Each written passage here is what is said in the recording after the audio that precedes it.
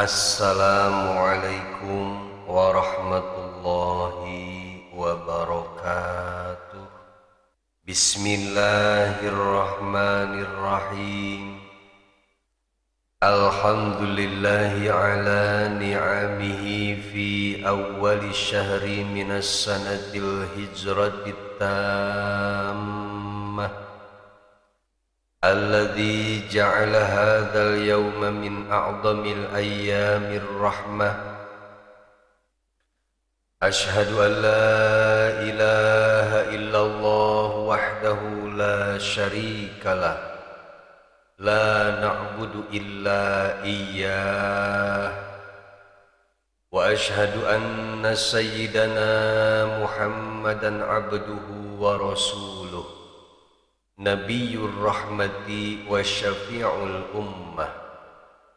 Allahumma salli wa sallim wa barik ala sayyidina Muhammadin la nabiyya ba'dah, wa ala alihi wa sahbihi wa man walah. Allahumma ya muhawwilal ahwal, hawwil hali ila ahsanil ahwal bihawlika wa quwwatika ya azizu ya muta'al. Wa sallallahu ala sayyidina Muhammad wa ala alihi wa sahbihi wa sallam. Amin ya rabbal alamin. Amma ba'du. Sadaya puji anu sampurna kagungan Allah, anu parantos masihan rupi-rupi nikmat, terutami nikmat iman sareng hidayah.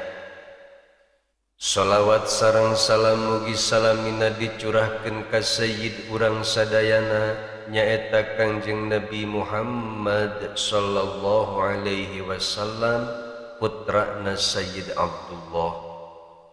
Oge ka para sahabatna berikut keluargina anu sarae manah, terutami anu satia ngarencangan Rasulullah hijrah di Makkah ka Madinah.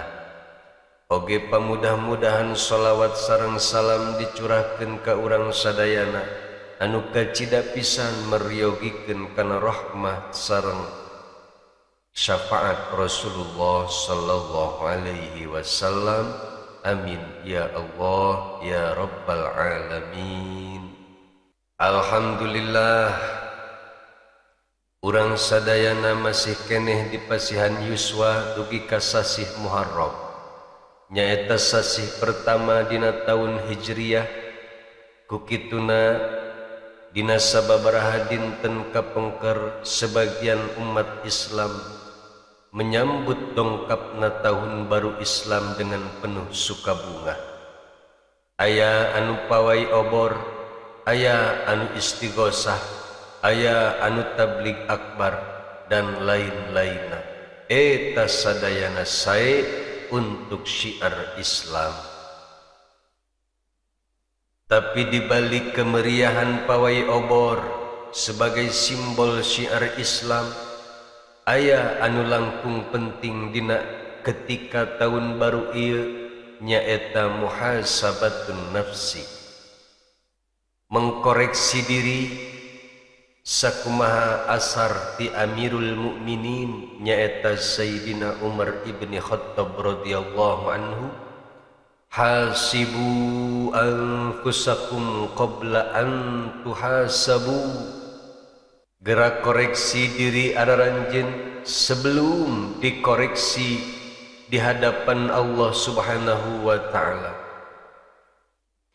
Wazinuha qabla an tuzanu, sareng gerak timbang amal-amal anjeun sebelum anjeun ditimbang di mizan anu maha adil. Gerak timbang ku urang tahun kamari, apakah urang loba maksiat, apakah loba taat. Lamun tahun kamari urang loba maksiat, buru-buru tahun ayeuna imbangi ngalobakeun taat. Wa ta'ahabu lil ardil akbari ala Allah, sareng persiapkan diri araranjin untuk menghadap kepada Allah. Yauma idzin tu'raduna la yakhfa minkum khafiyah, nyaeta di hari ketika orang dihadapkan sareng Allah, tidak ada satu perkara pun yang bisa kurang disembunyikan. Koreksi kurang tiayana untuk mempersiapkan diri berdiri di hadapan Allah Subhanahu wa taala untuk mempertanggungjawabkan semua perbuatan orang sawaktu di dunia. Ialah cara jalma mukmin mengisi tahun baru. Persiapkan diri orang ku cara nyeurkeun ibadah, terutama di sasih Muharram ieu.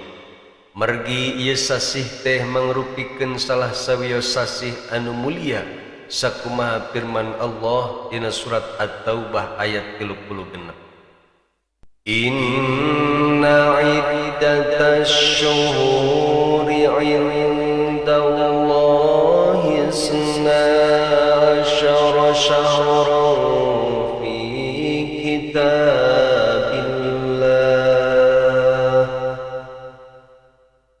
fi kitabillah yawma khalaqas samawati wal arda minha arba'atun hurum. Sadaqallahul azim. Maknane wallahu a'lamu bimuradih. Dina eta ayat Allah Subhanahu wa taala ngajelaskeun ka urang sadayana bahwa bulan-bulan anu 12 dina sataun teh aya 4 sasih anu diistimewakeun ku Allah Subhanahu wa taala. Nyaeta Dzulqa'dah, Dzulhijjah, Muharram sareng Rajab. Etalah sasih-sasih anu disebut ku istilah asy-syuhurul hurum, bulan-bulan anu dimuliakeun. Imam Fakhruddin Ar-Razi dina kitab tafsirna nyarioskeun, wa ma'nal haram annal maksiyata fiha asyaddu iqaba. Ari anu dimaksud haram nyaeta bahwa maksiat-maksiat dina eta bulan-bulan bakal lebih berat siksaanana. Wa ta'atu fiha aksaru sawaba. Sarengnya kitu deui taat-taat berbagai ibadah anu dilaksanakeun dina eta bulan-bulan anu 4. Aksaru sawaba bakal lebih banyak pahalana. Kumargi kitu sebagai jalmi anu beriman, sakedahna di sasih Muharram ieu urang kudu sekuat tenaga menghindari berbagai maksiat sanajan sakecil apapun, sareng berusaha untuk meningkatkan amal ibadah urang, terutami di tanggal 10 Muharram anu biasa disebut hari Asyura. Dari sekian banyak amalan-amalan atanapi sunnah-sunnah di 10 Muharram, para ulama parantos ngumpulkeun 12 amalan anu utama dilaksanakeun dina hari 10 Muharram. Sakumaha anu dicatet dina kitab Kanjun Najah was Surur anu disusun ku Al-Alamah Al-Fadil Asy-Syaikh Abdul Hamid rahimahullahu ta'ala. Mana anu 12 teh? Para ulama menghimpun amalan anu 12 ieu dalam bentuk nadom atau syair. Sum sholli sil zurra aliman udwak tahil ra'sal yatimim sahta saddaq wa tasil wasi'alal iyali qalim dufran wa suratil ikhlasi qul al-fatasil. Nu kahiji amalan anu utama di hari 10 Muharram teh sum nyaeta puasa, puasa sunnah. Nu kadua sholli, perbanyak salat sunnah, salat tasbih, salat hajat, salat duha dan lain sebagainya. Nu katilu sil, nyambungkeun tali silaturahmi, gara panggihan saudara-saudara urang, gara panggihan sahabat karib urang di hari 10 Muharram. Nu kaopat zur aliman, mengunjungi jalmi-jalmi anu alim, gara dongkapan guru-guru urang, gara dongkapan para alim ulama anu deket we heula jeung urang gampang kanu jauh. Heug bari barang bawa, bisi guru urang teu begaeun beas pangmawakeun beas, bisi guru urang teu bogaeun duit pangmawakeun duit, pasti bungaheun eta guru urang pan. Nempo urang datang ka imah guru, assalamualaikum, mawa karung usina beas. Lain karung hungkul, mawa amplop usian duit ulah amplop hungkul, pasti bungaheun eta. Dengan ngabungahkeun guru urang, insyaallah ilmu urang bakal semakin berkah, rizki urang oge insyaallah bakal makin berkah. Dan ulah tibalik ari anu jauh didatangan, ari kiai ustad anu deukeut diliwatan. Ieu mah tibalik, komo sok imah hari nu geus maot kiai didatangan wae pot nepi ka malam Jumat didatangan. Eta gigireun kiai hirup keneh, unggal poe dakwah di kampung urang, unggal poe mematahan agama di kampung urang diantep bae. Dibalik eta mah. Nah, jadi kudu seimbang urang memperlakukan para ulama teh.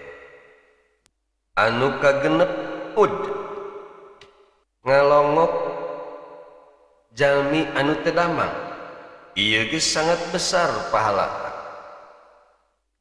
Longok tatangga urang nu teu damang, cenah calalager tatangga urang mah datang ka rumah sakit, tinggalian sabaraha ratus orang anu terkapar di rumah sakit anu membutuhkan biaya, pek bantuan biayana ulah ngankur ngalongok doang, eta mah lebih bagus. Acenah puguh teu boga urang majang merekna, minimal urang ngalongok memberikan support, ngadoakeun ka jalmi-jalmi anu teu damang. Ieu gede pahalana, terutama dilakukeun di 10 Muharram. Terus nomor ketujuhna waktahil, nganggo celak mata. Lamun cek orang Sukabumi mah disipat, ieu ge bagus, ageung pahalana. Nu kadalapan ra'sal yatimim sah, ngusap mastaka anak yatim. Komo beres diusap terus dibere duit ke urang nepi ka bungaheun eta budak yatim teh, masyaallah pasti ageung pahalana. Nu kasalapan tasodaqa, seueurkeun sedekah di tanggal 10 Muharram. Teu bisa cenah sedekah ku duit, pan sering diomong-omong atuh seri-seri ka tetangga da seri ge sedekah. Puguh cenah seri ge teu bisa keur nyeri huntu, atuh dikir-dikir, da dikir ge sedekah. Maca Al-Qur'an, maca sholawat dan lain sebagainya. Puguh cenah nyeri, maca dikir oge, nah teh atuh dikirna. Nah teh ge teu bisa cenah, paeh atuh teu bisa dikirna teh acan mah. Wagtasil, sareng mandi sunnah, ieu oge ageung pahalana. Kumaha cenah lamun mandi junub gede pahalana teh ge Pak Habib metakan malaman tanggal 10 teh geus lah kitu der weh supaya isuk bisa mandi junub. Sedekah teu bisa, ngadatangan kiai teu bisa, atuh mandi-mandi junub di tanggal 10 Muharram teh. cenah make gede pahalana, apan gede pahalana ngabungahkeun pamajikan teh. Puaskeun tah istri urang di malam 10 Muharram teh.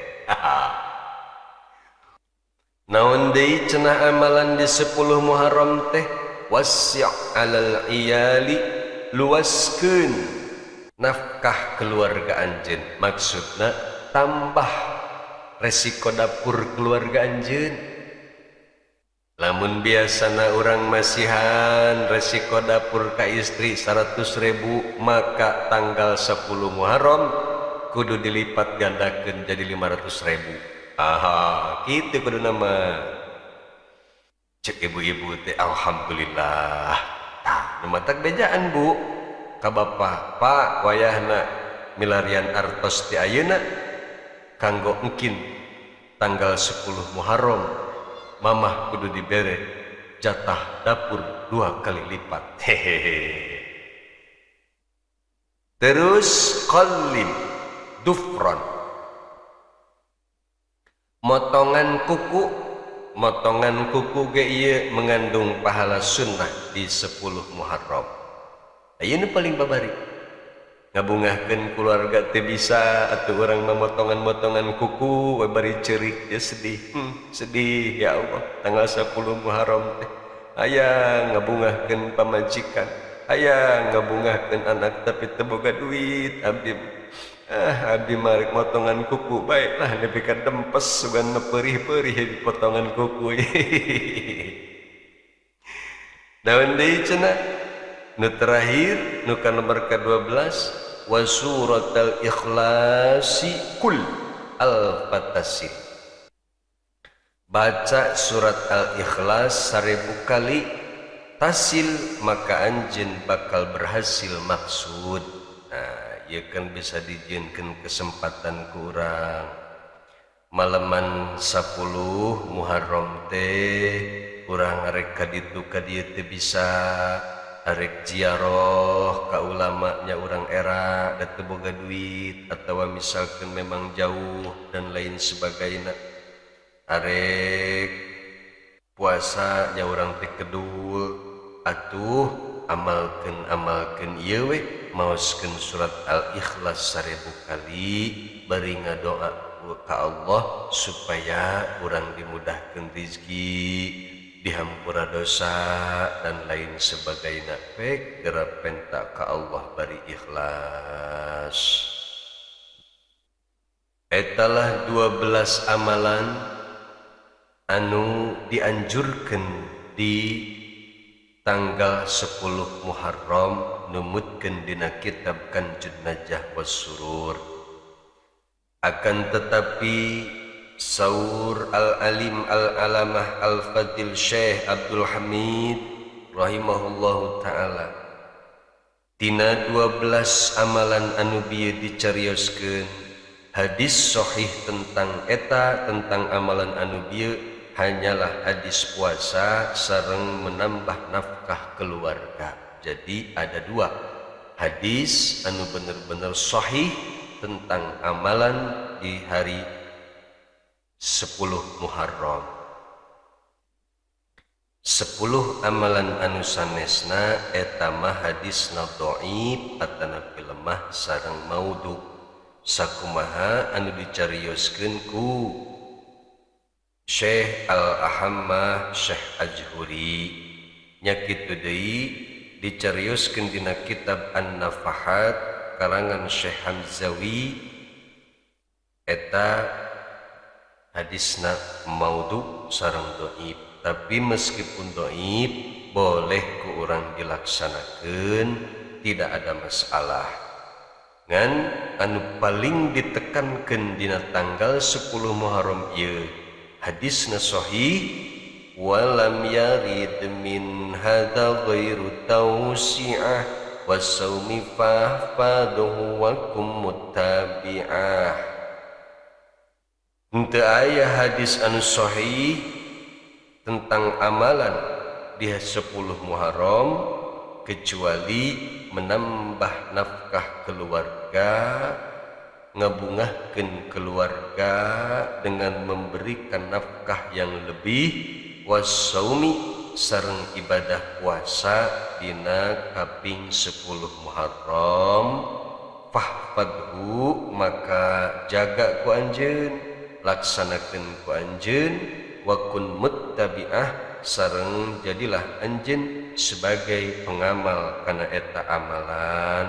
Etalah saur Syekh Al-Alamah Al-Fadil Asy-Syekh Abdul Hamid dina kitabna Kanjun Najah was Surur. Mudah-mudahan urang sadayana dipasihan taufik ku Allah Subhanahu wa taala sehingga urang biasa ngalaksanakeun kana amalan-amalan anu utama dina sasih 10 Muharram. Wallahu a'lamu bissawab. Wassalamu alaikum warahmatullahi wabarakatuh.